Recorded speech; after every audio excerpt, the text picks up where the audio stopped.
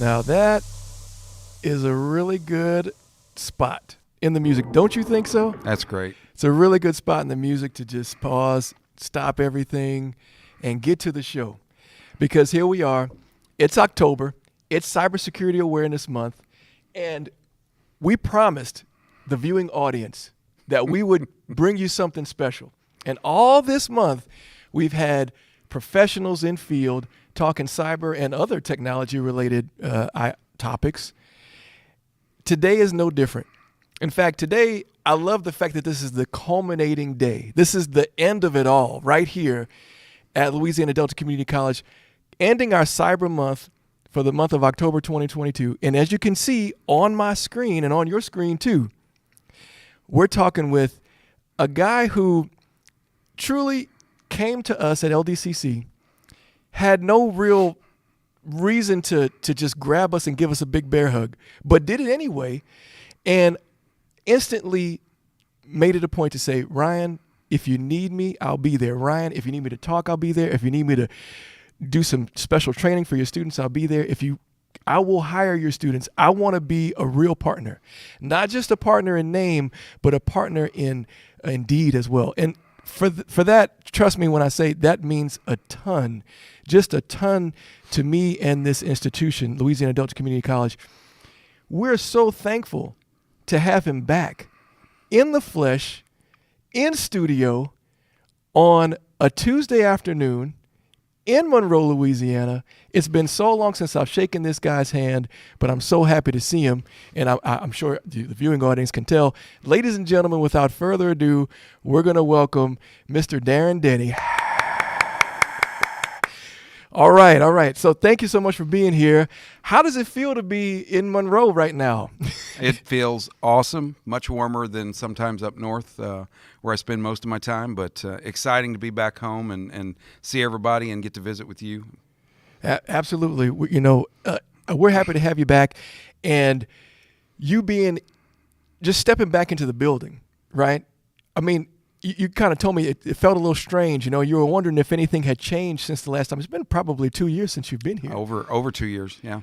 And anyway, we're happy to have you back. I am hopeful that I know everybody's going to get just an excellent talk today, because we were talking previously, and there's just so much. You're a wealth of knowledge, and not just in field, but also in leadership and professional development. And okay. Anyway, so usually I ask our guests, I say, tell us a little bit about yourself, the brief, bio or whatever.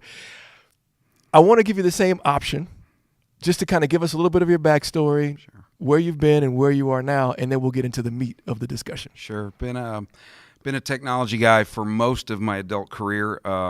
Worked here in town in Monroe for almost 18 years for a local technology company. Enjoyed every minute of it. Found that it was time for a fresh start, and was introduced by one of my vendors to the company I work for in St. Louis now. And that has been an awesome experience for me. I've been able to to see so many larger opportunities that sometimes the smaller towns don't offer, but there's a difference, right? Here it's community, it's small town essentially. In the St. Louis metro area, it's big, it's populated. You get to know a lot of people, and you still get that common touch. So it's awesome. So for the last 3 years, I've been doing that. I've been very blessed by the company, and I work now as the general manager and vice president of technologies for Americom Imaging Systems, Americom Technology Solutions out of St. Louis. Very blessed, have a great team. Still keep in contact with folks here in Monroe, but I spend every day, wake up and talk about technology, whether it's print or document management, or if it's workflows. We get into a lot of that conversation. And most of the time I spend in front of clients talking about cyber, and I talk about risk, and I talk about how do we do process improvement and leverage cloud technology. Wow.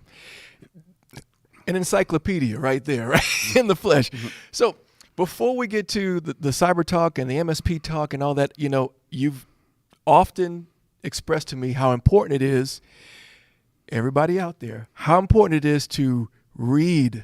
Yes, that's right, read. And not just read technical manuals, and not just, read the latest article on BuzzFeed or Wired, any type of magazine, any of that stuff, TMZ, if you're into that kind of thing, right? Don't do that, right? Instead, it's important to read good professional development books and also just some literature, just the classics even. So sure.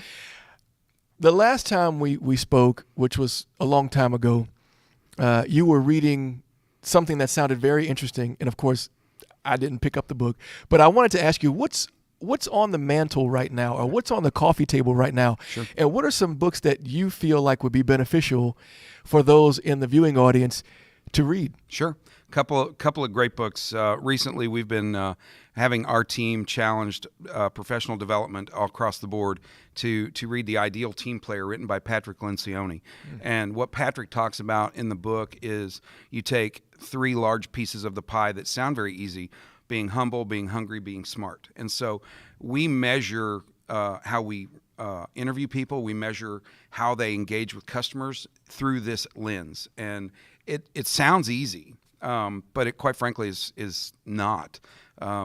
Basically, hungry is basically passion. That's what we're talking about. Are you passionate about what you do, how you do? How do you get out of bed? Why do you get out of bed?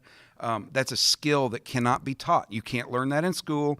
You can't learn that just getting up every morning. You literally have to have that just built into yourself. And it doesn't matter in life what you're doing. You're just passionate about it. I don't care if you're just playing checkers. You want to win. You're trying to figure out the board to win. Being humble is literally saying, okay, I can wear all kinds of hats. If today I need to go take out the trash, I do that. It doesn't matter what your position or title is. It's just having that humbleness about yourself that nothing is bigger than who you are today. Mm-hmm. How did you get there? Everybody starts somewhere, and you have to remember those things. And then the smart, the first thing most people think about is being smart is technical. Of course, we can be technically smart and we can learn things, but this is really about how do you know who's in the room? How are you talking to them? How are you presenting material? That's what smart is all about. So, if you barge into a room and start barking orders, I don't know if that's necessarily the smart thing to do, right? Learn your audience. So that's one book. The other one that I've started down the path recently is called Adapt or Die. And it was written by a gentleman who runs a managed service company, and he was almost bankrupt. And this was about 8 years ago. And he figured it out, and now he's a multimillionaire because he did figure it out. He had to come to the end of himself, figure out maybe, I need some humility and some smart. He's always been passionate, but then he figured it out. And so I'm reading that to make sure I can avoid some maybe pitfalls that he went through as our organization grows moving forward. With the first book, and you talk about waking up and, kind of figuring out what it is you want to do, and then moving in that general direction every day, taking steps, whether it be small or great, every single day to get better at what you do, and to just to live your truth almost, at least as a professional. Mm-hmm. And I thought about that this morning on the ride over, because, I was a little slow today. And I was like, is it something I ate last night? Is it just that I'm not quite pointed in the right direction? So how much of that is mental versus how much of it do you think is physical and physiological as we try to figure this whole thing out about really self-motivation? Yeah, great question. I would tell you that most of mine is mental drain. And if you're in the technology world, you're using your brain activity so much more than a physical presence. You're not bending metal, you're not welding, you're not standing on your feet all day necessarily. Most of the time it's a 50-50 day. You're on your feet, you're sitting down, there's a little bit of mix and everything. So it's not a physical nature of the business. So you get mentally tired and you have to get yourself that lockbox, right? You got to know, what are my prime time hours? You know, for some people, I'm a morning person. I'm ready to go by 6 in the morning. Let's go. I want to have meetings at 6 in the morning. Some people are evening people. They're ready to get meetings at 4 and 5 o'clock in the afternoon. Those are tougher when you have taken yourself down that mental path early in the day and you know you're maybe mentally tired by 3:30, 4 o'clock. You have to keep pushing yourself forward sometimes, and you plan for. Admittedly, I'm probably like a 10 or 11 o'clock in the morning type of meeting guy, and I can do every now and then. I get excited, and if it's quiet in the building, and just the energy is different, and I can focus readily, I might stay at work till 6 or 7. Like that's not the issue, right? I don't know that I would call myself a night owl. I know some people that they only like their best work is at midnight. Oh yeah. Not so much, right? I have a downtime too, but man, yeah, I'm just not even. Again, we can talk about strategy, leadership. I know we have to table that discussion for another time, but yeah, we can go down that rabbit hole another day. I appreciate the insights and just your thoughts on all these things. Thank you. The purpose, of course, of you being here and most of our listening audience, I think, is they want to hear more about what's happening in the real world, what's happening with MSPs, Sure. What they can expect if they don't have a job with an MSP, what's expected in that position, and just the changing landscape that is managed service providers and managed security services providers, MSSPs, if I'm saying that right. So if I can you give a definition? Let's say you're somebody's brand new to the cyberspace and to technology. Sure. They're fresh into maybe one of our programs in IT or computer science. What is an MSP? What does it do? And et cetera. Okay, great. That's a fair question. So the big thing to easily understand is that most companies in America cannot afford IT staff as staff, okay? The low-end salary on that, the amount of information that you have to own in your brain and know how to do is exponentially expensive, and you cannot put that in just to one person. So where managed service providers come into play are being able to share that wealth of knowledge across a broader platform between 30 or 40 people, using tools, and having the purchasing power to make sure that you can leverage that buying power on behalf of your clients. The big part in that is making sure that you are well-rounded in the IT space, knowing how to put in hardware, understanding how wires talk to each other on both ends of the spectrum. Very radical idea that both of them should match, right? You'd be amazed how many people don't understand that.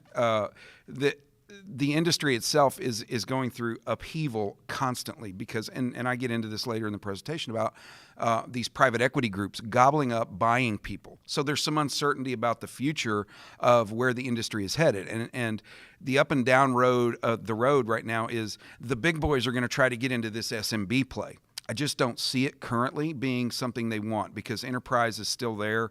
And MSPs, if they're good, pick a specific model to stick with, whether they want to go after small and medium-sized businesses, which would typically be up to 60 to 75 people inside of a company, right?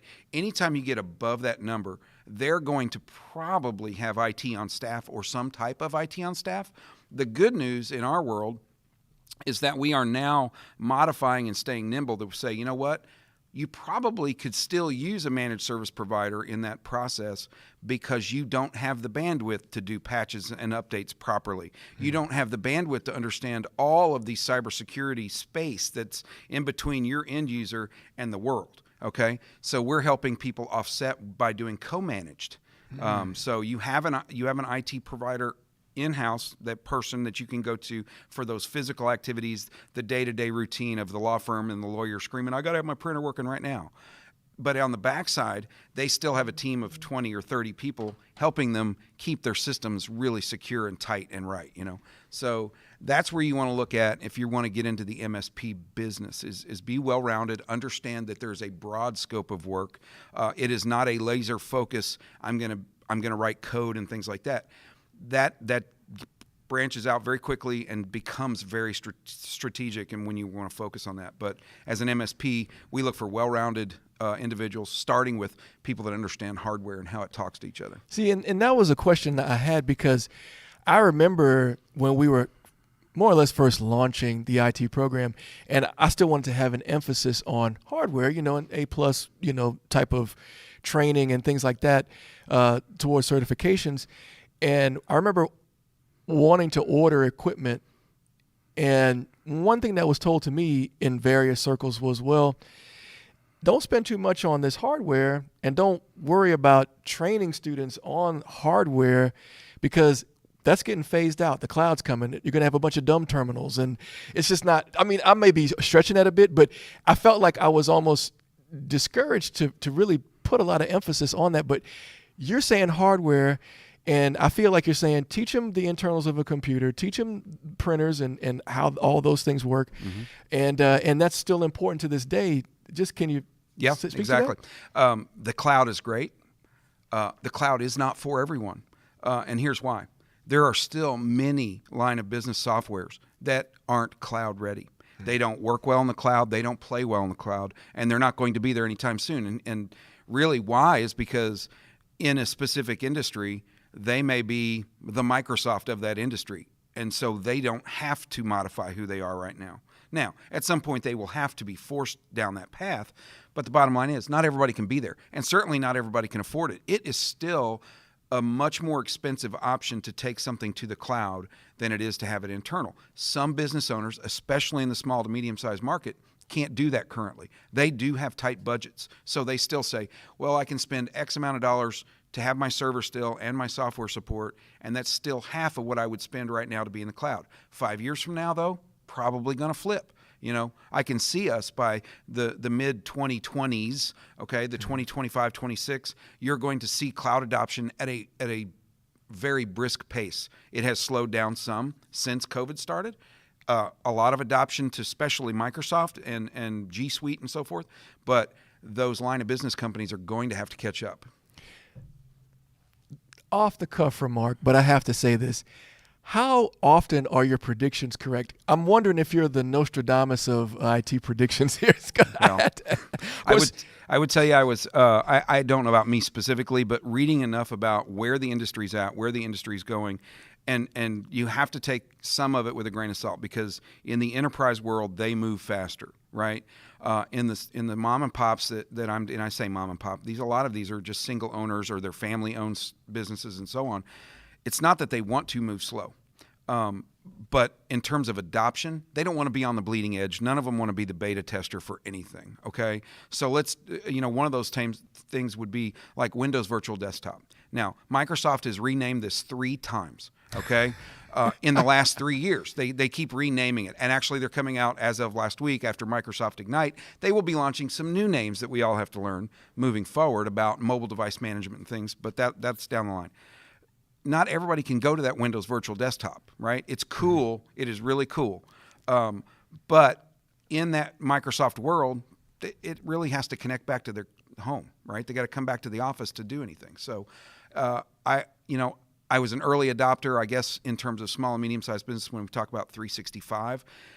And I have this in the presentation, if you were a slow adopter from when in 2017 and 18, when we were really going to market with, hey, you really need to look at this, Microsoft Office 365. Back then it was Office 365. Now it's just Microsoft 365. Again, a renaming architecture, yep. And a new type of platform. They've added a lot of structure.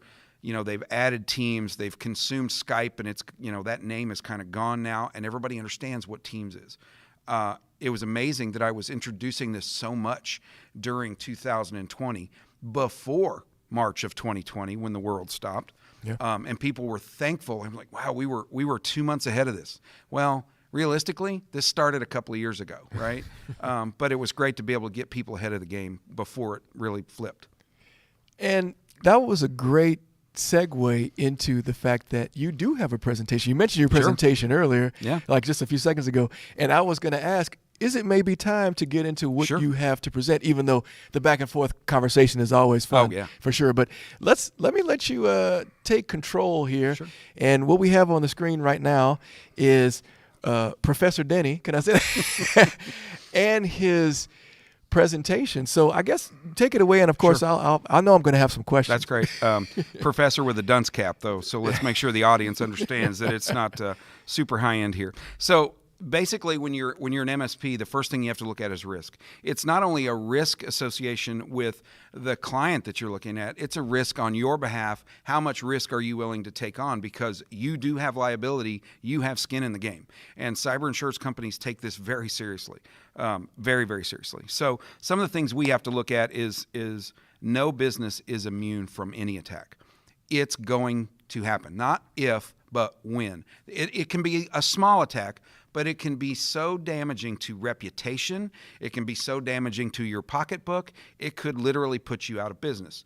And it doesn't matter how big or small. I mean, look at Dominion Pipeline. Those guys are enormous, massive, billions and billions and billions of dollars. They probably spend $10 million or better on their IT support every year, and they still got hit. And it was because somebody clicked a link. It's always people. People are the number one problem, and that's on there, and I know I'm skipping ahead. But we're the problem. People are my passion in this because it seems like all the muckety-mucks, all the guys that really talk about this on the big scale, the guys that get to be on the big stage at IT Nation, they always talk about how cool the tools are, and the tools will always work. The tools don't always work when a person can bypass the tool. So it's a journey, right? It's not there's not just a stopping point. There is a starting point. There is no stopping point. We've watched over the last 3 years a significant modification of where we're going. So it's a journey, and you got to stay on it. You've got to stay ahead. I can tell you for the last 3 or 4 years, I have literally said, okay, what's the next new thing? What can we do? How do we embed this into one pane of glass to make it manageable even? Because you have to jump around a bit. Cybersecurity is layers. So it's not just people. It's process, it's tools, it's equipment. It can be the hardware. I mean, literally hardware that's very old that can't be firmware updated is a potential hazard. Even if you want to look at very old printers, if they have a USB port on them and they have no protection of or understanding that you can put a seam logger on there and understand that somebody's attacking through a printer, it can happen. You can go out and watch videos for that. Can you spell that? Seam logger? SIEM, which is Security Information Event Management. That's actually on the presentation as well. My apologies. Yeah, it's okay. We'll share this with the audience if they want it. So software has to be supportable. Hardware has to be supportable.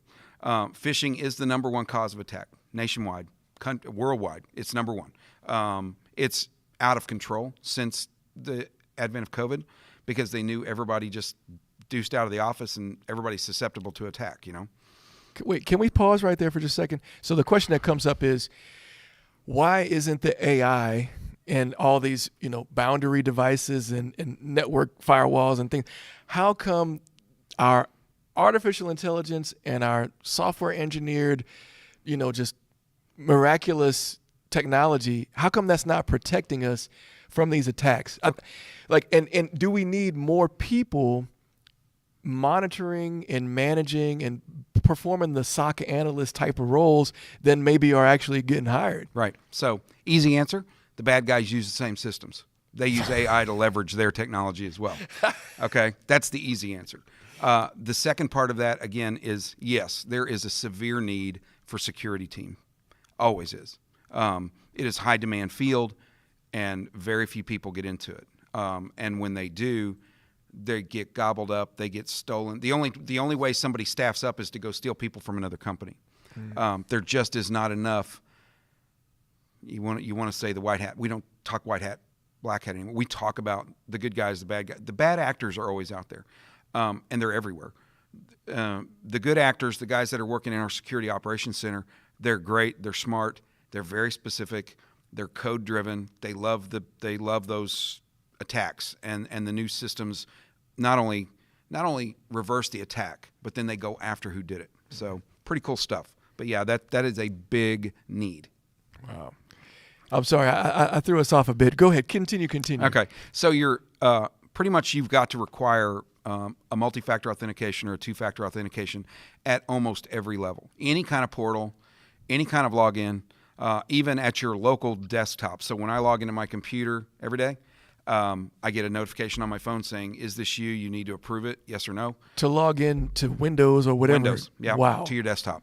Not to mention you can geofence. So, and I know that I'm jumping in ahead and stuff, but keep it going. We love it. You can geofence your devices now through these portals, so that if you're outside the friendly zone, let's say you're traveling out of country even, and you're in a not so friendly environment, VPNs can only do so much, and so it comes down to zero trust, and that's when I have a lot of clients that I turn on to, just take your own hotspot. Don't even trust a hotel Wi-Fi or anything. So the other part of that is making sure everything is monitored. Whether it's the cloud system or it's a local system, you have to have tools in place that are monitoring activity, whether it's it's not really a keylogger so much as it's log files that can be referenced, they can be searched.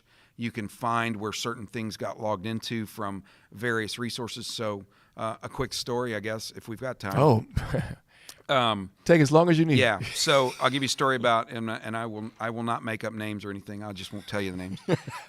People that are disrupted by using MFA.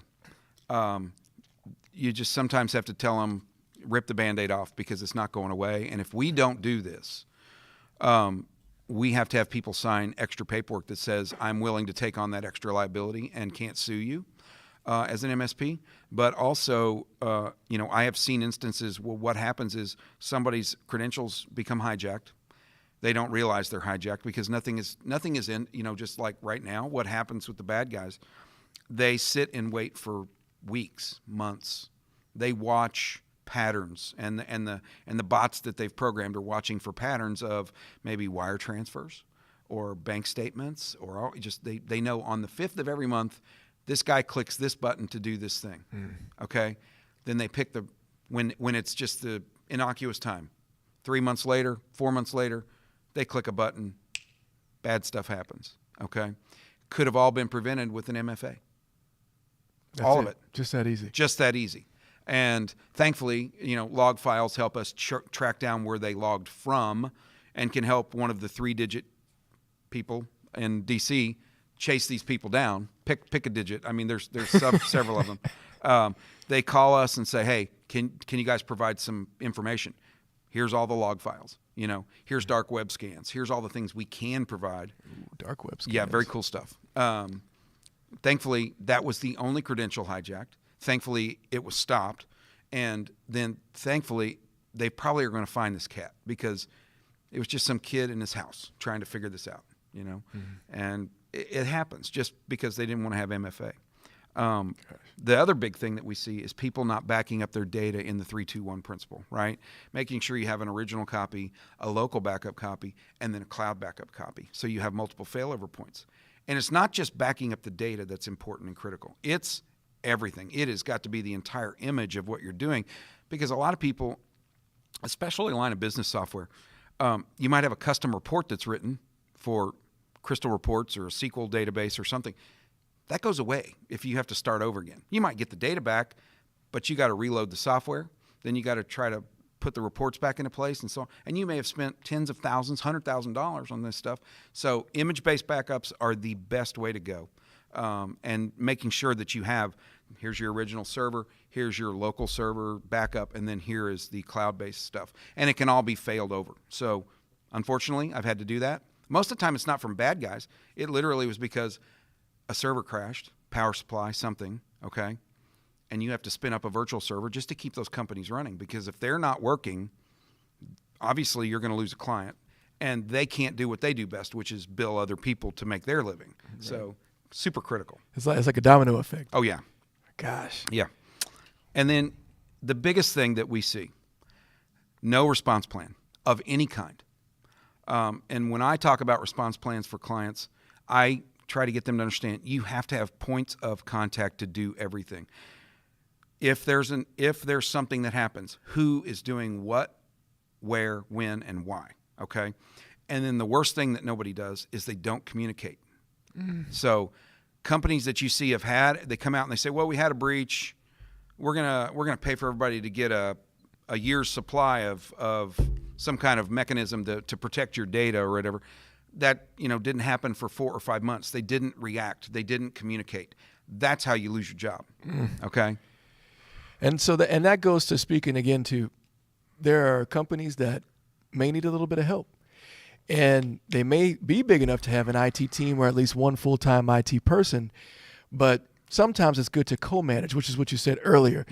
Bring in some experts, bring in some folks that have seen a lot of different options or a lot of different attacks, they've been through the fire a few times, and just kind of ease on into that, and don't be too proud to think that you can do it by yourself. No. All these things you're telling us are amazing. We actually have a question in the chat. Oh, great. Thank you, Xavier, Xavier, one of our graduates. He tuned in and he's asking a question. Would you consider Google Drive a good place to leave backups? I feel like this is going to be a long answer. I can actually make it a short answer. No. So one of the things that I would tell you about Google, they are a friend, right? They're very large. Sometimes it's a trust issue, and we work in trust business. And not knowing if that's private cloud or if that's public cloud, because if it's somebody's freeware, they're mining that data. So I don't recommend Google as a business application or a business point of perspective. You're better off finding another place for that to be housed. And there are so many tools out there that you can do it. I'm not talking about, some people just want to run the Windows backup from Windows. And Microsoft will tell you pointedly when you go to their website, please don't count on our backups to actually work. It literally will tell you that. So if you're doing your business the right way, you're going to let people know, hey, Microsoft even says this is not a good backup. Okay, so that's why we have to have a third-party tool that's doing the job. I'm so glad I can jump off camera and switch the views because I'm dying over here with that last comment. Okay. I'm going to give it back to you. Keep going. Thank you, Xavier, for the question, though. Sure. And anybody out there who has a question, be prepared for a very honest response from Mr. Denney. Okay, Professor Denney is in the house, and he's going to tell you how it is point blank. He's seen it all, or he's seen most of it. And let's turn it back over to you. What else do we have? Oh, look at this. Time it takes a hacker to brute force your password. Here you go. So if you think your password's safe, it's not. And, I used to think, okay, let's do 9 digits, uppercase, lowercase, special character. Well, a year ago, that was probably, it was going to take them, 10 years to hack or get into. Now, less than 3 weeks. Okay. Wow. Here's the problem with passwords, and everybody can see this slide. It gets to be a crazy number, but all these numbers are probably half of what they were just a year ago. That's how good the systems become when they leverage AI. Just because we're using it on the good side doesn't mean the bad guys don't know how to use it either. So why we talk about password hygiene a lot, and I don't know how much you get into this with the students, but when I'm talking to clients and we do a really good job of teaching and training, we require no less than 12, okay? Minimum 12. Most of my portals today are 18. Okay. Wow. Okay. And it's crazy to think, but this tells you why. Okay. And here's the worst part. Most people use the same password over and over and over and over, whether it's their personal life or their business life. And I know Ryan is smiling. He's probably guilty of this. I don't do anything like that. No way. Every password's different. It's a bunch of random characters that nobody's going to remember that are going to be so difficult. Of course. Yeah. So, passwords, people will frown. They will make moaning noises. They hate passwords. They keep books of passwords at their desk. Worst case is they're keeping a Post-it note under the keyboard tray with their password on it, which is typical of an office user. The new one I'm seeing from students is they'll have it in an unsecured note on their iPhone or their Android device, just to not password protected. Oh, yeah. Just a plain text document, really. Right there. And if you can get into the phone, you got everything. You got everything. Right. So you just have to know, it's difficult to think about, but, I'll talk about it a little bit now, but there are ways to have better hygiene with your passwords, and you don't have to really remember but one password. There's secure password keepers and tools that you can use that really make that much simpler, especially in business. And I'll get into that in a couple of slides, but it's super important. Okay, I have a question before we go on. We're looking at the slides, and I'm kind of going back and forth between us and the slides. Sure. Quantum computing. Do we throw that entire slide out the window once quantum computing becomes a regular thing? Do you think it's going to be used to hack people's passwords? Would it take, let's say, the 12-character password, if it's got numbers, uppercase, lowercase letters, and symbols? It's supposed to take 34,000 years. You said break that in half or chop that in half to present day, which is 17,000 years. Let's say I did that math real quick. Yeah, very good. With quantum computing, I mean, should we not even bother having a password? Okay, we are getting to the point, and you're starting to see some adoption of this with the biometrics, face recognition, thumbprints, and so forth. The systems aren't quite there yet. I think we will be there. I think you're actually going to see, on most of these laptops and devices where you can scan your thumbprint now, and you can use your thumbprint to log in. I think we're going to get to that point. I think it will probably even be more in depth.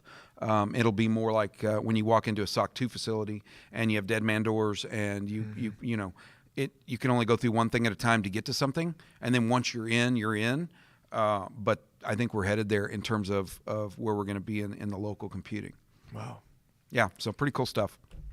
So the big thing that everybody's had to face is COVID. Now, not just physically, not just emotionally and mentally trying to get through this, but this was a major expansion of the attack surface that was unexpected, okay? Even people, there's way smarter people than myself that can talk about in-depth cybersecurity and so forth. I always try to prepare myself. What's worst case scenario? Okay, work from home was starting to become something talked about. This literally made it normal, okay? We got to figure out hybrid. We've got to figure out, I'm no different. I'm a hybrid worker today. I'm in Monroe. I'm doing business via Teams and web meetings and so forth with my team, with clients and so on. Work from home is not just a new strategy. It's going to be a forever strategy. So what happened is that attack surface went from just the office building to everybody's house. Well, you don't manage the network at the house. The kids are on the network at the house. There's no telling what kind of video games they've downloaded, and the bad guys work and play in the video game world, in the online gaming world, in the online gambling world, and so forth, right? They're out there. So Susie Q goes home, and she's working from the house, and she drops her laptop on her home network. Well, everything else is on the home network. Consequently, attacks happened because of that, and they weren't prepared for that. So over the endpoint protections were just so limited, and traditional antivirus, great stuff. We had the advent of EDR, which is really great stuff. So for those that don't know EDR, that's endpoint detection response. Now we're not just talking about endpoint detection response. We're talking about zero trust strategy. We're talking about trust nothing. Okay. The onslaught of personal devices on networks now is amazing. It's just, I have a client literally has 3 locations. They wonder why they can't get business done during the day. And it's because they have, 100,000 TikTok clicks a day. Oh my God. Okay. So our team is chasing like crazy to start filtering out silliness. And if some of you like TikTok, I'm not a fan. Okay. But it's not a business platform, at least in the true sense of I'm doing business, right? People are in my mind, and a lot of people's mind, you hear TikTok, you hear, okay, what kind of challenge did they come up with today, right? My wife's a teacher, and apparently there was a video on TikTok and challenge to take something from your teacher today. Oh my gosh. Right? So my wife comes up missing stuff off her desk, and it was some silly challenge on TikTok. I don't know that that's really a business platform I want to be on, but that kind of stuff is disruptive to actually business, being able to send emails, being able to stream a training video for somebody. I mean, these guys work in a rock quarry. They have to be trained on how to use equipment, or don't die when the rock falls kind of thing. So kind of important. Phishing attacks had a 400% increase over the norm, right? over the last 3 years, 400%, and they were already out of control. Most people are like, why am I getting hit with so much spam? Because everybody knows you're outside the office, right? They're trying to get anything and everything through. The expansion of cloud, and with that, it was people that were behind. When we talk about it, I'm going to the bottom of the slide, but the bottom line is if you weren't in 2018, 2019 already working on some type of cloud strategy, you are paying an enormous premium come April of 2020 to get to the cloud. Whether that is work from home, laptops, VPN strategies, and so on. Product became in short supply. Prices started escalating big time. We still, to this day, can't barely get a switch. I mean, if you don't have switches, for business, and I'm talking about, the nice ones, the Ciscos of the world and the 48 porters, the stuff that can be VLAN and really controlled. If you don't have them on hand, you're going to be waiting 6-8 months. I've seen Netgear appliances take over a year to come back in stock. Wow. So you're paying a premium because you didn't prepare for certain things to happen. Not only that, but you're paying a premium in terms of the labor because everybody was wanting the same thing at the same time. There was a significant demand in that March to April timeframe for everybody's time. Technicians' time, SOC center time, come out to my house and help me set up time. And there's only so much bandwidth for anybody. So you were paying premiums because people were working overtime. They were working weekends. They were working all the time practically. And as we talked about earlier, IT support was so thin. The biggest hit was the security professionals, and I've read article after article over the last 4 or 5 months where there are a lot of startup security companies that are laying off people. That's because they don't have any traction. A lot of guys jumped into this a lot like they did the web getting kickstarted, the .coms, right? So they're like, hey, I'm going to start up this and I'm going to do this. Well, a lot of these majors have already bought up and consumed what they wanted. Where Microsoft said, ooh, we like that. We're going to buy it and embed it in our deal. Or Kaseya bought something, or ConnectWise bought something, and so on. All these guys have kind of consumed what they wanted and are building off those platforms. So some of these startups are really suffering. But there's still jobs for these people to get. They're everywhere, and they're in high demand. So I would recommend anybody that wants to go down that pathway, feel pretty confident that there's good jobs out there for you, okay? Now, you may get stuck on the third shift for a little while, okay? Let's be real. You're going to work the overnights, but there is opportunity to engage. Yeah. I was telling a student earlier today, it's like I remember just joining the ranks of IT, and my first job out, computer support specialist and help desk. And you cut your teeth on that kind of stuff. You're going to get the things that aren't necessarily the most glamorous. You're going to get the things or the opportunities that maybe nobody else wants because it's not convenient, or it gets boring after a while, or it can be difficult because you're having to deal with a bunch of personalities, all kinds of things that can come up with that. You're not going to be able to just sit back in a little cubicle or a box or a room or in the server room and just play with toys. Sure. There's a lot to the business besides just the computing and the technology on its own. And the big one on that page is Google was blocking up to 18 million scams a day. Okay? So how long does it take to set up a Gmail account?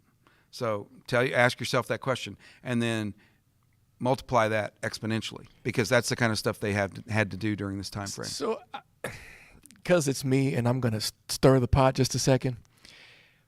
When you think about what Google tries to do, and what all the providers try to do, that are trying to protect us, is there any backlash from the general public that says, Google, you shouldn't block the potential scams because I feel like you're censoring content that I might want to see? Do we hear that? Or better yet, maybe more MSP-wise, I'm sure you get that kind of thing like, I want to watch TikTok. Why can't I watch TikTok? You're inhibiting me from enjoying myself. And I know there's a bunch of different responses that could be, but how do you address those kind of statements and when you're just trying to protect people from themselves? Yeah, that's a fair question, and we do get asked that quite a bit. The first thing we rely on is the business owners to communicate to their team the expectations of the workday. We can help them through that process. Again, that is a policy and procedure that we have the bandwidth to help people write and craft those documents so people understand that the business network is really dedicated for that. And then we do throttle most of the networks that they're allowed to put their private devices on. And so when people start to complain, I can't watch YouTube or I can't watch a video or something, it's like they have to understand, 80% of the network resources go to the business. The other 20% is left over that you guys can do for whatever it is. Now, bandwidth is everything, especially in a rural community. You may not have gigabit speed, so you can't carve out much. If you're handing out 200 megs for the guest network, that's a lot.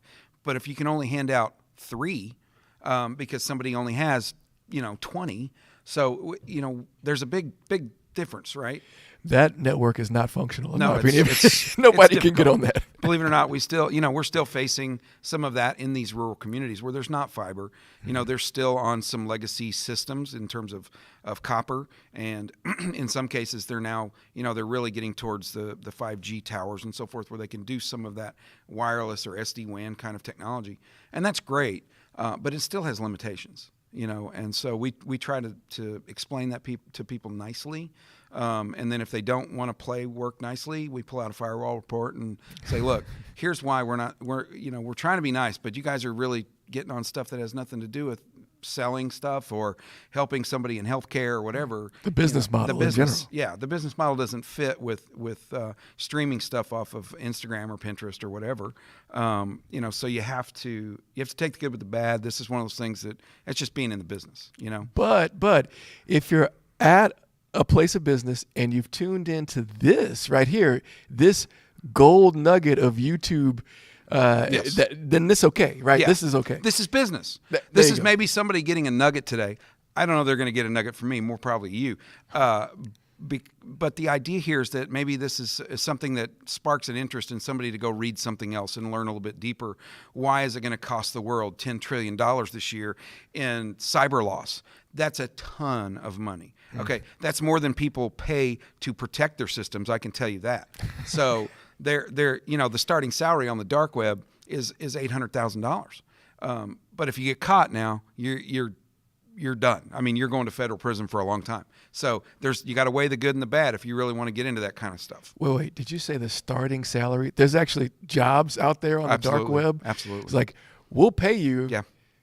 Gosh. Yeah, and they say, these are the industry experts, that the average worker on the dark web is mainly stay-at-home parents. See, stunner, right? Silence. I have nothing for that comment. Wait, what? Stay-at-home moms and dads? Yeah, stay at home. Playing around on the dark web. Yep, learning how to transact business for the dark web. Amazing. I was stunned when I heard that statement. I was like, it was kind of like us in the silence mode there.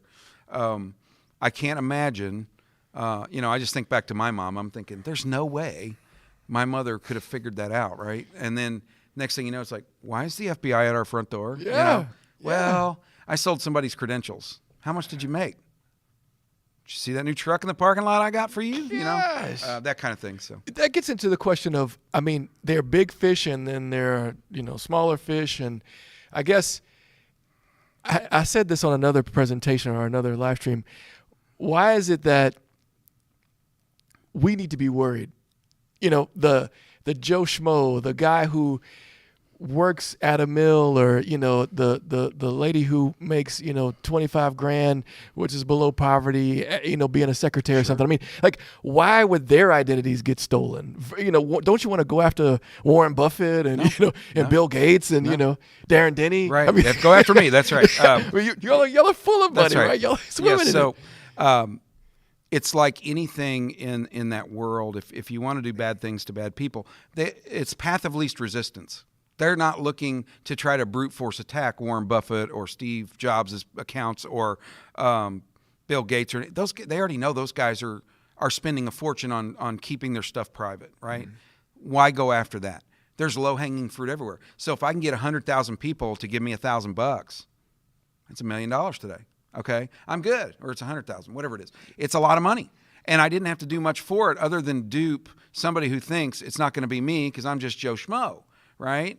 The bottom line is it's path of least resistance. If you have a dog that barks at your house, the burglar's likely to go to a different house that doesn't have a dog barking just because it's one less obstacle that they have to deal with. It's no different in the cyber world. They're looking for obstacles. If there's obstacles, they'll move on. They'll go find somebody else that doesn't have them. And they'll find somebody here in town that just has a Comcast router with the standard username and password that's never been changed. Don't do that. And they're going to get in. I could drive up to half a dozen businesses today and do it. I mean, it's not that I want to, because I don't want the FBI breathing down my neck. But the bottom line, it can happen. It does happen. There's a question. I know we got off on a tangent. There's a question in the chat.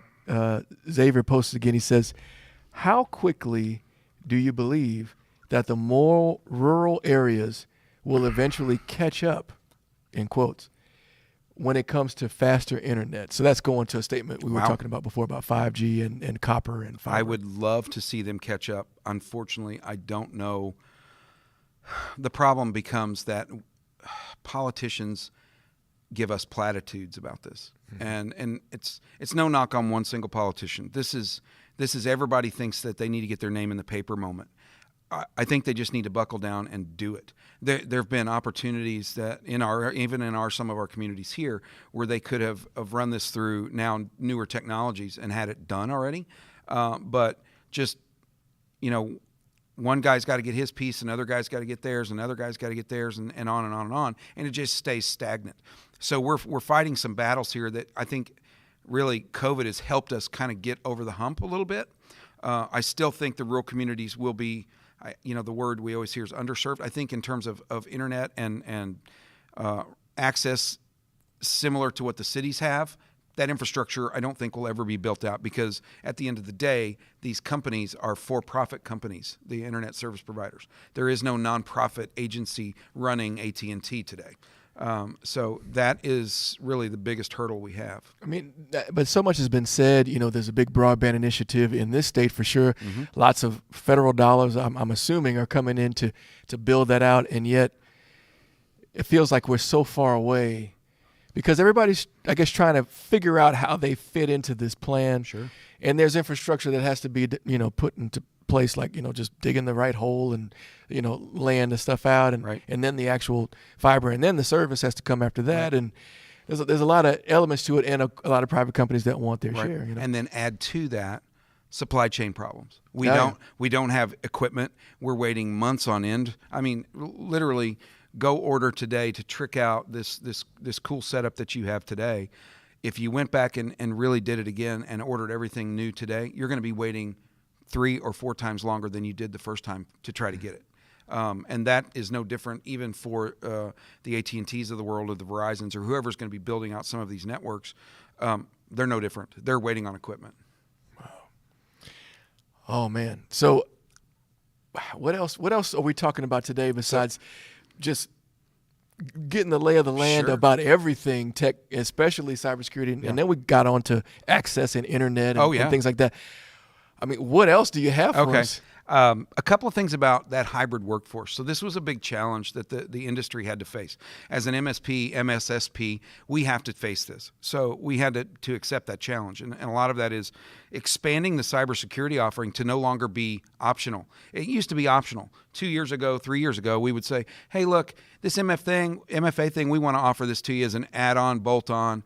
We want to add on, bolt on this advanced malware protection. We want to add on, bolt on this password keeper. We want to add on, bolt on these types of tools. And those are no longer add-ons. Those are basic go-to-market strategies for the great MSPs of the world. There's still a lot of small MSPs, and we're going to get into this deeper in the next slide about the reason why now we're going to be a regulated industry as of 2024. It's a big deal, okay?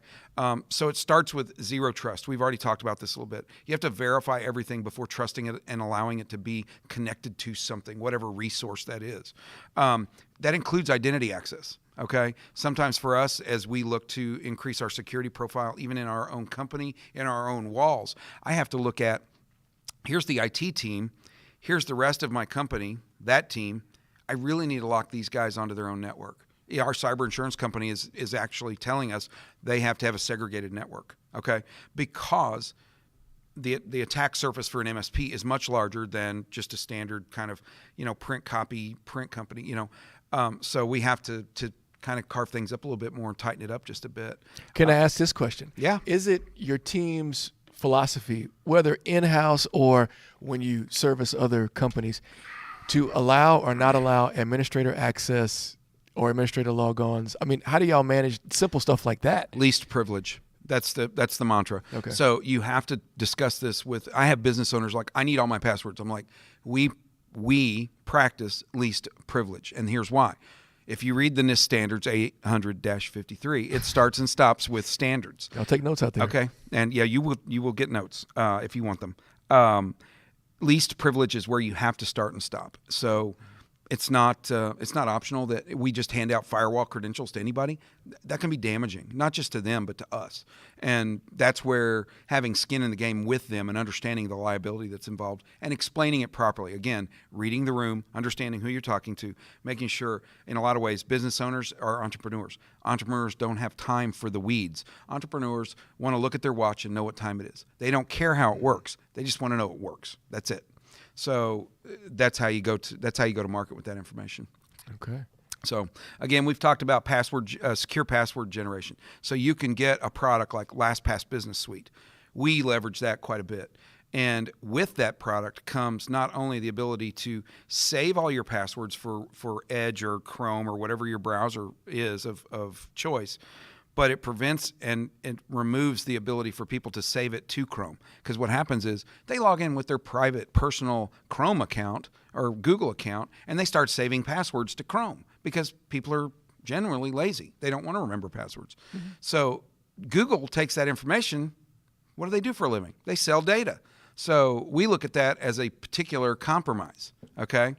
And we try to teach along the way, here's a better option. This is a secure password keeper. And if I'm a business owner, what the great thing is if somebody leaves my company, retires, or unfortunately we have to help them with another career with somebody else, we can go reclaim all those passwords to make sure that they are out of those portals, or maybe it's a single person that was doing payroll or something and they were the only person with a portal that you need to get back into. So that helps you gain those functions back as a business owner. So you don't think, okay, so a couple questions. Google, you're saying that it's possible that they could accidentally or purposely sell your data, your passwords, and Sure. all those things, and that's not okay. Because I've heard differing opinions about, like, I don't save my passwords in particular because I feel like, well, once I log in, if somebody had that main login, then it could be me. Correct. Look at my history. Yes. If I don't delete sync it, up your passwords, everything. boom, Yeah. right? But then I think about a company like LastPass, and I'm thinking to myself, what makes them so secure? Why is that the answer? Because they're a cloud provider just like anybody else. But they're a private cloud provider, so they're not in the business of making money by selling data. They're in the business of making money by selling their tool. So I look at it from that standpoint first. Not that I do, if most people know me, I have a big thing about Google. But my personal stance aside, the bottom line is that people work at Google. Some people become bad apples. And if they want to do damage to a particular company, they can. They can ruin the reputation of Google. Google's been hammered in this last year. Okay? It happens. People, at the end of the day, are controlling the knobs. And so if somebody wants to be bad about it, they can be bad about it. If whoever's in charge of a particular team that handles that part of the browser decides to go, well, I think I could sell this on the dark web and make a couple $1 million today. I think I'm going to sell that code and go retire. It can happen. All right. I'm not saying it will. I'm saying it can. And I would rather plan for that than the alternative. Yeah. I hear you. Well, wise words, right? Sage wisdom. If you just listen long enough, you might be able to be a general manager at one of these MSPs if you pay attention. Okay. So those of you who are out here, stay tuned, right? Because there's more. What else do you have for us? Okay. So obviously we talked about EDR. So most of these tools now are reporting directly to a security operations center. Far different from NOC IT guy, okay? So as we teach our young people to be IT people, they're learning hardware, they're learning VLANs, they're learning everything about data moving around a company. Security Operations Center does not care if the network switch is down. They don't really care if the server's down. What they care about is if there's an imminent attack or if there's an ongoing attack, and how do they mitigate that circumstance today, right now. Okay, so we have now leveraged these tools to be a tie-in to our teams so they communicate regularly. We leverage a particular tool that bolt-on. The bolt-on for us is not only at the endpoint, it also monitors logs on our firewalls. It's logging files and log files from 365. So we're doing active monitoring on 3 different platforms with one tool. So it's ease of use for our team as a NOC, okay, so we can understand. And then if there is a security breach or some type of security event, we have a SOC team that is 24/7, 365 with dual failover in different markets so that we know that it's storm proof, it is power proof, it's internet proof, and so forth. And you have to vet all of those things. And you have to, in my case, I'm very blessed that I've been able to not only hire this company as part of our tool package, but I get to regularly visit with them. They are based out of St. Louis as their corporate office. So very good tool for us. We like it. And then their backup location is in Orlando. So not really a tough gig, although the storm did just come through there, but we didn't lose a beat because everything was housed in St. Louis. So really good for us.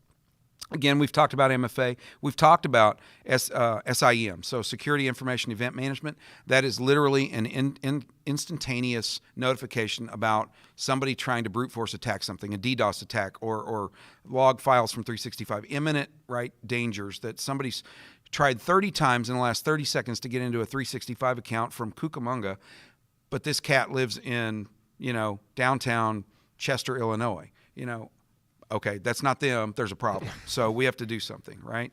SaaS alerts. So you're going to hear this a lot. Software as a service. These are cloud services, whether it's Microsoft, Google, anything that's literally cloud driven. Most people don't realize, hey, that's the cloud. Yeah, it is.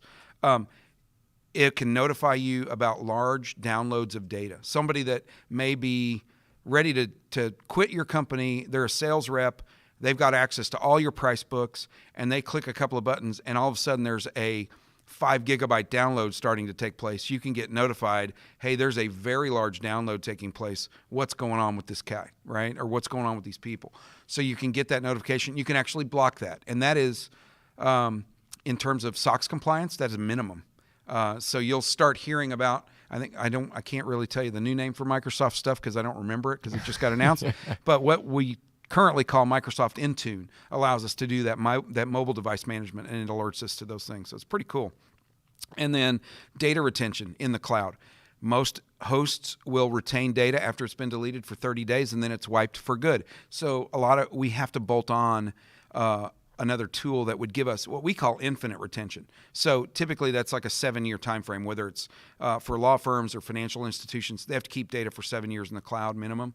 So this allows us to do that forever, basically, for the life of however long that data needs to live. In the cloud, we can retain it. And how cool this is and how easy it is to pull something back.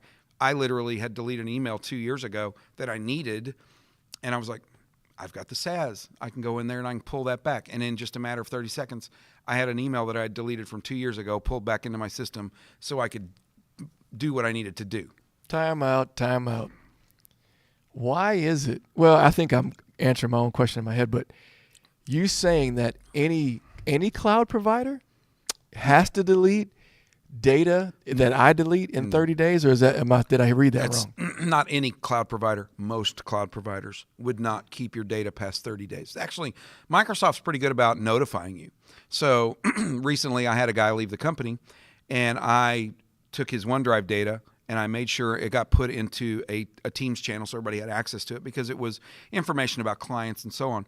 But when I deleted it from the OneDrive, Microsoft sent me an email and said, hey, this is gone in 30 days, So they're good about letting you know it's going to be gone. In our case, I really wasn't worried about it because I've already got the bolt-on piece because we're big about eat what you cook. Best chefs in the world, taste the food before it leaves the kitchen. Just ask Gordon Ramsay, and he'll tell you.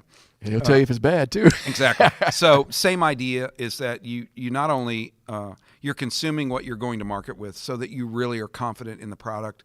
And as an MSP, that's best in class. You don't go out and say, hey, this is great. Do this. Do you do it? No. Well, why not? Well, because. Well, there's still a lot of managed service providers, that's a loose term, that do that kind of thing. Hey, read this book. It's a great book. Have you read it? No. Okay. Don't do that to your clients. So 30-day retention, that's kind of it's really compliance. I don't know any level of compliance that wouldn't want that more than 30 days. Yeah, I mean, there's the talk about once it's on the web, once it's out there in the cyber world, it's permanently out there. And I think that's talking a lot about the replication of things that you may not want to be replicated. But in this particular controlled instance that you're talking about, we hope 30 days after you delete it, it gets deleted. Which is, and that's a neat kind of tool in a sense, because I'm thinking about where I work right now. We're using, maybe I shouldn't say it, or but I mean, when you have a cloud storage option, right? And I'm thinking, if there was something that I didn't like, let's say I got fired or something, or in a week I had to resign, because for whatever reason, or I was taking another job, Right. If there was, I might not think to remove something from my cloud storage until a few days before, but that's something interesting to think about, is like, if you got to premeditate this a long time out, maybe, and if they have a bolt-on that's 7 years, then you're done for anyway, you know? So I always try to tell students and just people in general, like, if you're using company resources, chances are whatever you put on there is going to be on, there's a record. Available. Yeah, typically. If you're that's if a you're part of the doing contract. Exactly. We got time for another little story? Oh, please. Okay. We're not worried about time. We're timeless here. Timeless. All right. So another story about data retention. So here's how it would go down typically. I'm an employee. I'm thinking about getting a new career. I've been with the company, say, 8 years. Long time, in today's world. In that 8 years, I've amassed all this amount of email. I've sent a ton of email, lots of back and forth with particular clients, regardless of the company.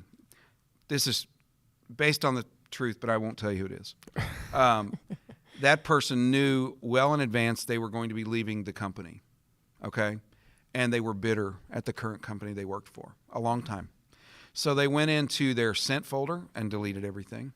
They went into their deleted folder and deleted everything, and deleted all of their contacts, and so on. The person left the company, and in typical fashion, a lot of owners fail to notify their provider. Oh, so-and-so left 6 months ago. Okay, so-and-so left 3 months ago. Wow. And it's like, because they'll call them like, hey, we just went and logged into their stuff and looked for X. And it wasn't there. It's not there. And we were like, when did they leave the company? 6 months ago.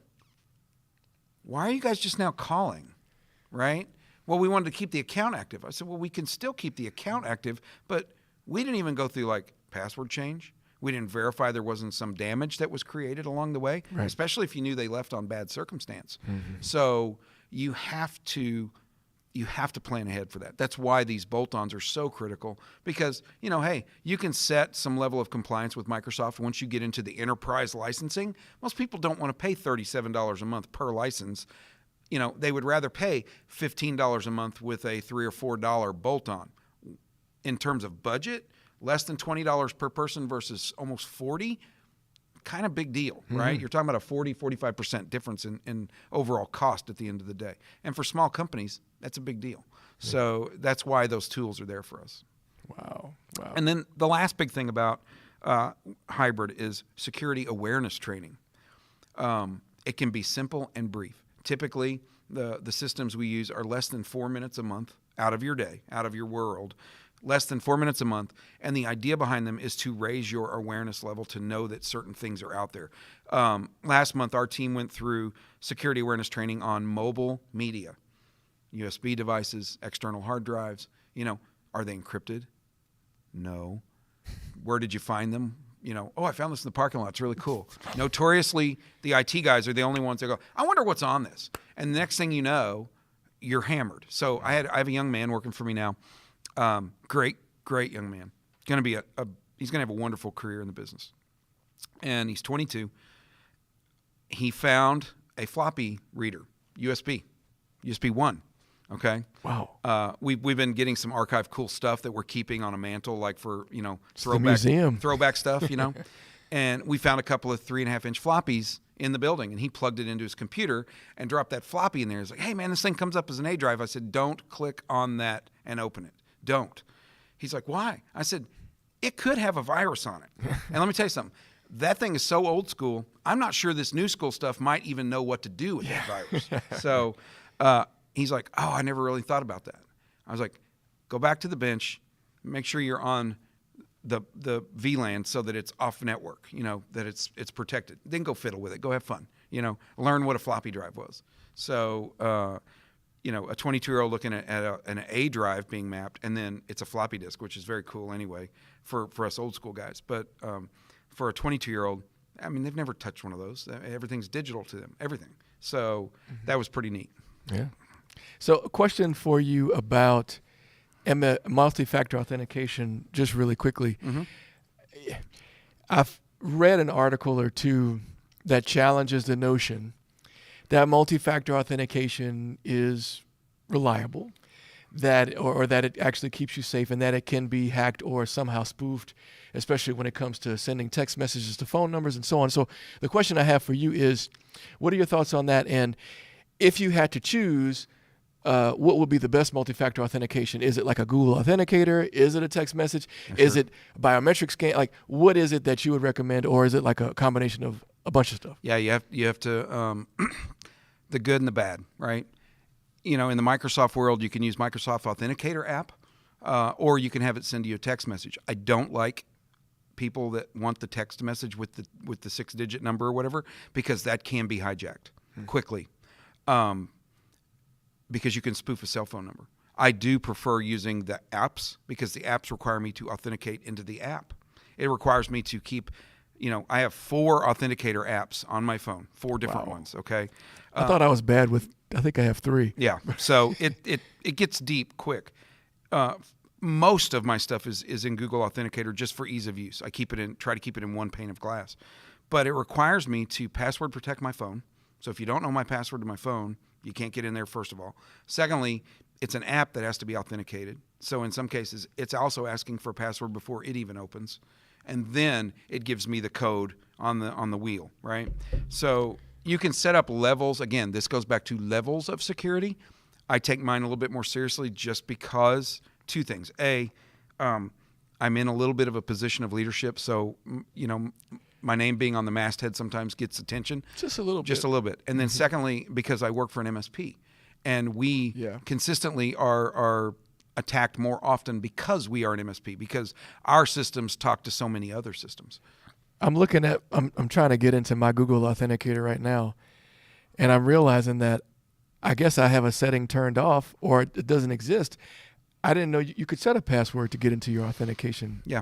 You have to show me that after we finish this, because I'm looking around and I'm like, wait a minute, this isn't happening. But one of the things that's scary about these authenticator apps is that if you lose your phone, if you don't have the proper backups in place, you could lose access to everything. Correct. Tell people how to avoid that if they are using an authenticator app. What are you supposed to do and to prevent that? I don't think the industry's really come up with a good solution for this. Mm-hmm. The biggest and best thing we have right now, just in terms of security profile, is that we have to have a mobile device management tool in place so we can wipe the data, lock it down. That's the first and foremost. As far as reclaiming all of your authentications and stuff, I hate to say it's a painful process, but it's a painful process. Nothing easy about that. Nope. Oh man. Okay. So we're done with that particular side, and that was the question I had, right? I was wondering when we were going to get to CMMC. It's coming. I had to look that up, believe it or not. I felt bad, like, man, why am I having to look? We don't talk about CMMC a lot, but cybersecurity maturity model certification. Correct. Built on NIST, and you quoted this earlier, 800-53 best practices.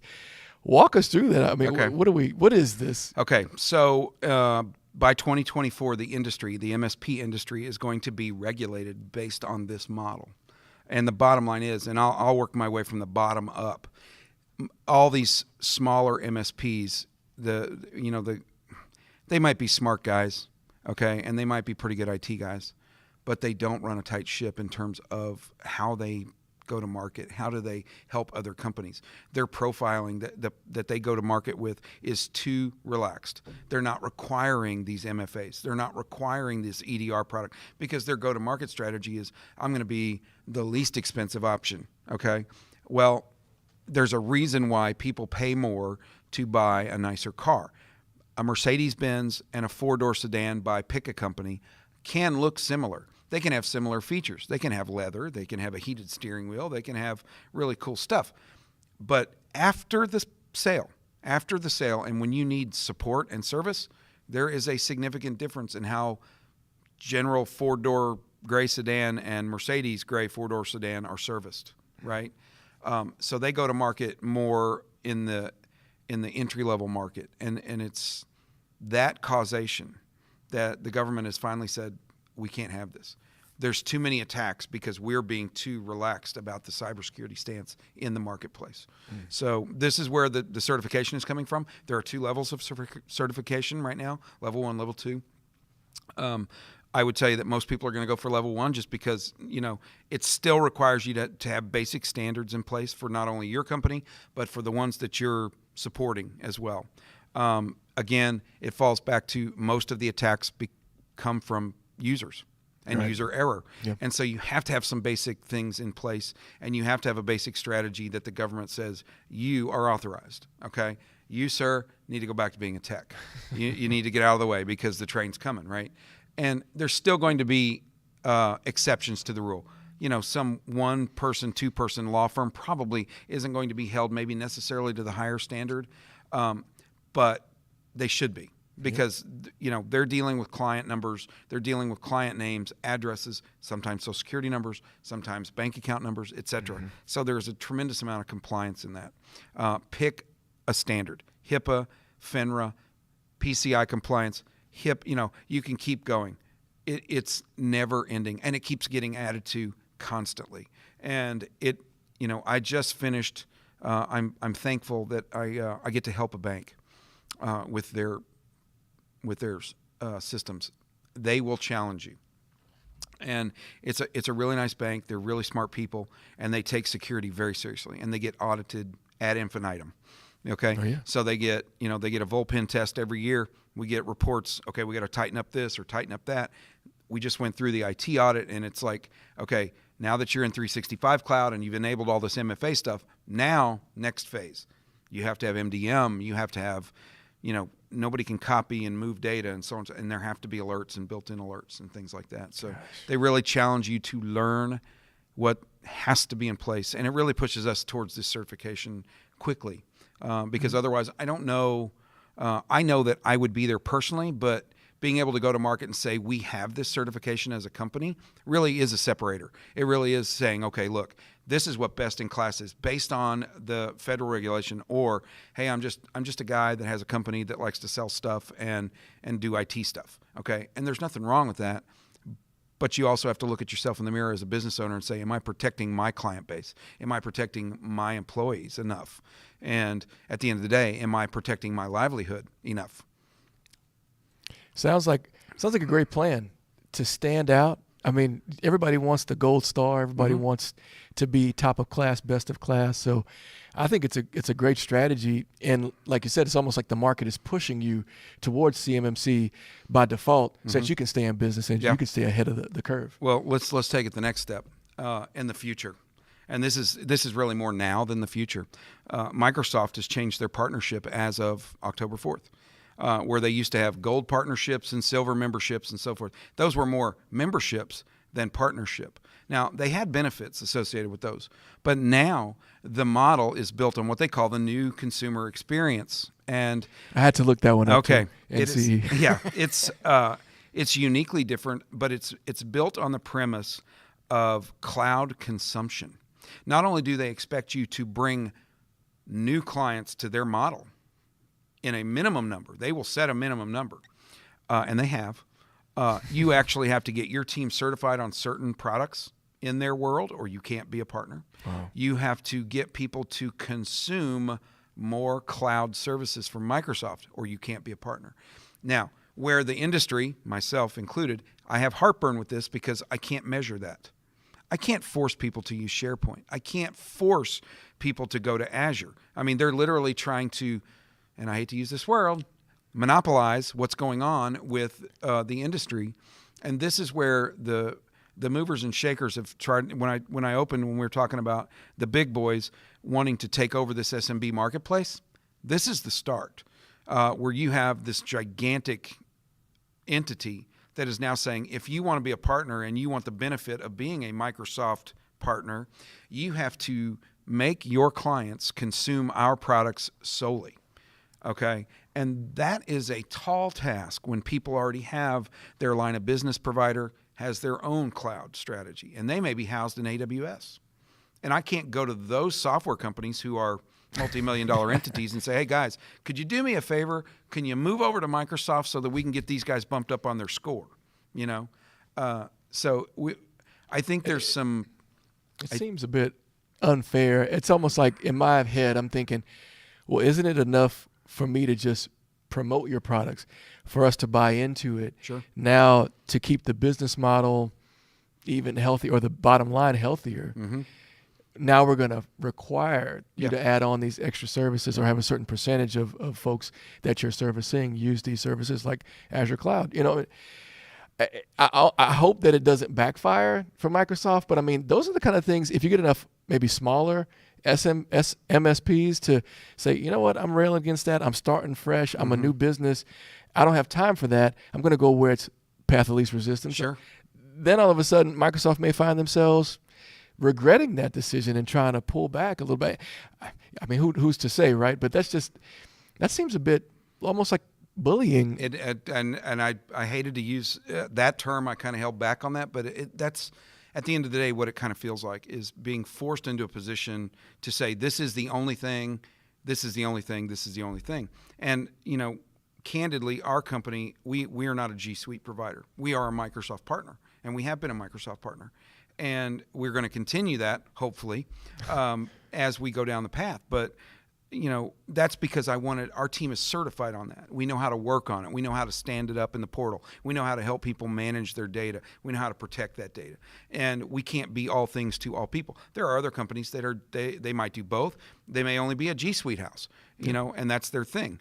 That's not been our market, you know, for us. And 90+% of the world uses Microsoft products. So, you know, I have to work and play where there is a marketability for keeping clients and gaining clients, you know. So yeah, that's a big thing. That NCE thing is bothering a lot of us. I'm not sure that there's lawsuits filed yet, but there are some larger MSPs than myself who are gaining some traction on saying, hey, look, this is not a good look, right? It's okay to say, hey, look, if you want to be a Microsoft partner, maybe you should have some level of certification with your team. I'm okay with that, actually. That's a good thing. But trying to get people to understand the consumption model, that's pretty tough. It's a pretty tall order. Some of the other things that we're really working on, we've talked about MDM, mobile device management, a lot. Managed security service provider, MSSP. That is kind of a no-brainer. As you move forward, you have to be security first, and we've talked a lot about that. The big thing is staying nimble, understanding that just because you've been a partner with Symantec for 20 years does not mean that they're still the best, okay? I have found this to be true. Staying nimble and actively looking at new products all the time. You have to vet new products. You have to understand where they're coming from, what the benefits are. Is it something that really will benefit 80+% of your client base, and can you do it really well? Can you get certified on it? Can your team support it? So you have to be looking beyond what you think you know and start anticipating what's to come, right? Again, the large players are being consumed by private equity. When you see what was ConnectWise and the Bertolini family, they said we would never sell. Well, $2 billion, you kind of rethink your strategy. So they did sell to a PE group. Kaseya being bought out by a PE group. Now Kaseya has bought one of my best vendors recently, and it makes me nervous because some of these larger players, quite frankly, can tear up a steel ball. So they buy something maybe just to tear it up, or they buy something just so they can consume a piece of it, and then the rest of it kind of just falls to the wayside. So that makes us nervous in the MSP world. But it's regularly happening. Not only that, but you now see private equity coming into MSP space and buying MSPs. People like myself, I've had phone calls and they're like, hey, you ready to sell? I'm like, no, not even. right? We're building on a great platform, and we're going to continue to build. And I have an ownership structure at our office where I have a second generation owner coming into his stake, his time to be, I'm the boss, I'm the owner, right? I want this to last 15 or 20 years more before, we look at maybe, and then by then maybe he might have a son or daughter that wants to be in the business. So it might be a never ending deal, or at least a third generation. You never know. So staying, that large player group, they're out there and they throw a lot of money around, a lot of money. And the big thing that you and I have talked about ad infinitum is finding and retaining great talent. That starts with people like yourself and really engaging and developing a curriculum that benefits people right out the gate. They can get hired. They can go to work. Even if it's that entry level, I'm going to go pull cable, punch down wires, tone and test, install network switches, etc., racks and so forth. Get your foot in the door. Learn, and don't discount the fact that, okay, this is not the job I want. No, it's not the job you want right now. But if you learn that and you can roll that into, now I'm tier 1, now I'm sitting on the help desk. I'm going to take, hey, I need a password reset. Hey, I need a password reset. Hey, my password's broken. And you take that for another year or so and start building your skill set. And a great MSP should be helping you find those new paths of certification, those new paths of growing. And that's been the big thing for us as a company, is helping these young people. And I say young people because most of my team is under the age of 32, okay, with the exception of me. Some of them 22, mid-20s, 25, 26, 27 is really the bulk of my team. And they're like, how do I become you? And I'm like, that is the best question you can ask, because that's what I want to have people know Darrin for. Not for the guy who did all this or knew all this or whatever. I want to make sure you guys know what I know so that you can then teach other people that are coming behind you to be you. And that's how we grow as a company, is understanding I can't do it myself. 2 or 3 other people can't. It does take a really great team. So that investment pays dividends long term. And you continue to grow your team. So you have a guy that may have gone up and he's a tier 1, he's a tier 2, he's A+, he's Net+, he's Security+. Great, that's awesome. He wants to become me. Okay, go get your PMP certification. Learn how to be a project manager at a very high level, and understanding what really goes into that from start to completion and the timelines that have to be mapped out and all that. That really is a growth path, and people are like, wow, engagement. And even this young guy I was telling you about, I foresee him becoming really more of a VCIO, an account manager, a sales type IT person who's going out to visit with clients face to face regularly, understanding their needs.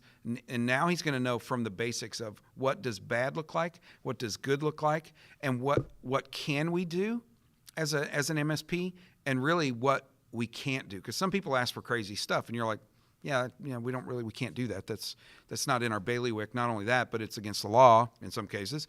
Or it's, that conversation about least privilege. No, we don't allow this because, and here, let me paint the picture. Not that we don't want you to know things, but understand that's what you're paying us for, right? Yeah. And painting that picture. So that's where the industry's going. It's never ending. It's a journey, and we're always excited to share that. I'm obviously excited to always share that with you and talk about it. And this is who you should be as an MSP, and people should engage with you if you want to get them and retain them. They're good people. Wow. So much great information, so much knowledge. We do have maybe one other question in the chat. Since the slide did say questions, Absolutely. So, I really wanted to just end it right there with that final word, but I do want to respect the folks online. And so the question, if I'm reading this correctly, do you think that companies in the future will be forcefully handcuffed when they eventually move to the cloud? And then the clarity was handcuffed in the sense of forced to pick a service like AWS, Azure, or Google, and not maybe enjoy a hybrid experience. I'm going to say yes. And the reason why is that entire NCE platform is built on that premise. So if you want to jump from a Microsoft cloud to AWS, it's going to be painful and it's going to be very expensive. One of the bigger things that I help clients understand is when they're getting ready to sign a contract for any cloud service, I clearly ask them, who owns the data? because there are many instances where somebody will go to market and they will sign up for a cloud service, whether it's some type of healthcare software or law firm software, pick one. If you want your data back, you're going to pay us X dollars. I've seen instances where a doctor's office was closing because they got consumed by a bigger entity and they wanted to get their data back. They wanted $25,000 for a data dump to put it on a USB stick and ship it to him. Literally $25,000. And, I tried to help the guy figure out a way to do that for, $3,500 just in labor, where he could just sit and click and export stuff to PDFs. That's really all he needed. But the firm that was hosting said $25,000 because in his contract it says we own the data and you have to pay us to get it back. So there's some things there I would be concerned about. That's the model, right? Everybody wants that recurring revenue model. They like that Netflix, Amazon Prime kind of model. That's why there's so many subscription services. You can order groceries, you can order clothes on a subscription. Everything has gone kind of that model, including the consumption of technology. That's where they are, and that's really where they want to grow. Call it old school, but I still miss the days when I could purchase software in a box. Okay. To some degree, and it'd be that one-time fee. Sure. There were times when you could purchase software and you can download updates for a year or two, but like you said, it seems like at all points now, everything's a subscription. Right. Not just software, but that's one that I think of all the time. But almost anything is a subscription. I mean, I don't know that my credit card gets dinged quite often per month. Yeah, take a look at it. You'll see charges you didn't even know were coming, right? Yeah. When did I sign up for Disney Plus, Hulu, Yeah. Amazon, Netflix, and ad infinitum, right? They start adding up. You're like, it's only $15 a month. We'll do that 10, 15 times. It becomes real folding money, right? And, remember the old days, you want to talk about that. When was the last time you just ordered a book from Amazon? That was what they were to start, right? True, they were a book exchange place. So their largest market now is AWS. It is their web services. Wow. Well, I think we have gone a full 30 minutes, maybe plus over our allotted time, but that's okay because when you have good conversation going, when you're talking about important things, getting the nuts and bolts, the meat and potatoes of a lot of varying IT concepts, technologies, business models, etc. You have to take time to really try to absorb it and digest it. So we thank you for the buffet, if you will, of discussion. And we're going to end it right here. And in typical fashion, let's see if the music is going to work. Oh, I hear it. Do you hear it? Yeah. Good stuff. All right. I think this was the same music that we had on when we cut and started. But thank everybody. We want to thank everybody for being here. Thank you, Professor Denney. I'm going to call you that from now on. And, it's just been a fun time. And we hope that whenever you're back in the area, you join us. Sure. Just let us know. Give us a text message or a LinkedIn message, and we'll try to find an excuse. Okay. Right, to have you come in studio. Happy to. And it's been a pleasure. So thank you all. Thanks, everybody, for joining us on the live stream. And we'll see you next time with hopefully something. I don't know if anybody can do it any better, right? I don't know if there's going to be a better one than this, but we hope that we can batch it at least, right, the next time around. So thank you all for joining us, LDCC BTech TV, if you will. We'll see you next time.